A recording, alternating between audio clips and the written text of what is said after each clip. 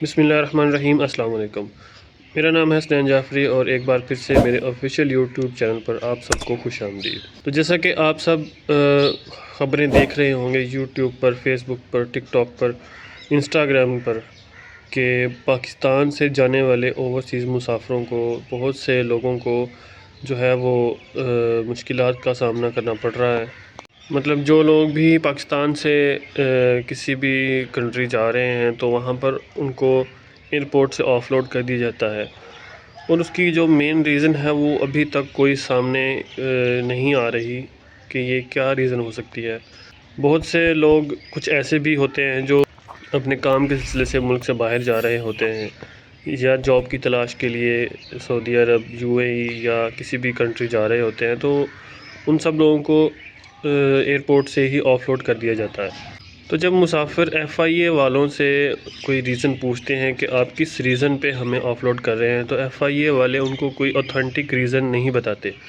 تو اس کے پیچھے کیا مین ریزن ہو سکتی ہے، یا وہ کس وجہ سے مسافروں کو آف لوڈ کر دیتے ہیں، اس کی کوئی خاص وجہ ابھی تک سامنے نہیں آئی۔ اس بارے میں ہم اپنی رائے پیش کریں گے کہ آیا یہ کس بنیاد پر لوگوں کو، مسافروں کو جو ہے وہ آف لوڈ کر رہے ہیں۔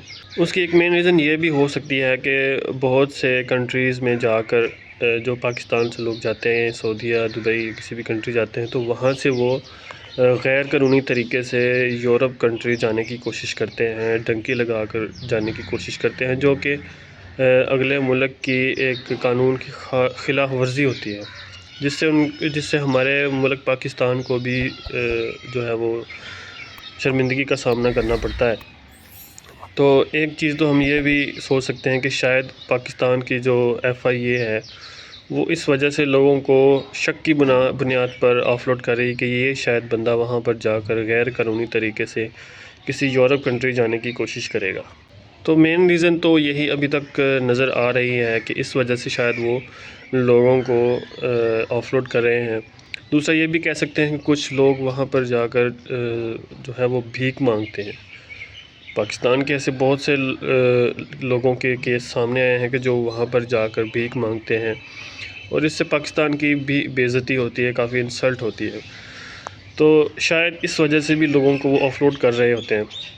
لیکن ایک طرح سے یہ زیادتی بھی ہے، جو لوگ واقعی وہاں پر اپنی جاب کرتے ہیں، سیٹلڈ ہیں، ان لوگوں کو بھی آف لوڈ کر دیا جاتا ہے، ان کا بھی نقصان ہوتا ہے، ٹکٹ ضائع ہو جاتی ہے۔ تو یہ ایک طرح سے کہہ سکتے ہیں کہ یہ زیادتی ہے۔ آپ ڈاکیومنٹس دیکھیں، جن کے ویلڈ ڈاکیومنٹس ہیں آپ ان کو جانے دیں۔ انہیں ایسے مطلب شک کی بنیاد پر لوگوں کو آف لوڈ کر دینا یہ کوئی قانون نہیں ہے، یا یہ کوئی بات نہیں ہے۔ اس سے لوگوں کو نقصان ہوتا ہے، پیسوں کا نقصان ہوتا ہے۔ لوگ کیسے کیسے اپنے گھر بار بیچ کے پیسے ادھار وغیرہ لے کر بیرون ملک جاتے ہیں اچھے روزگار کے لیے۔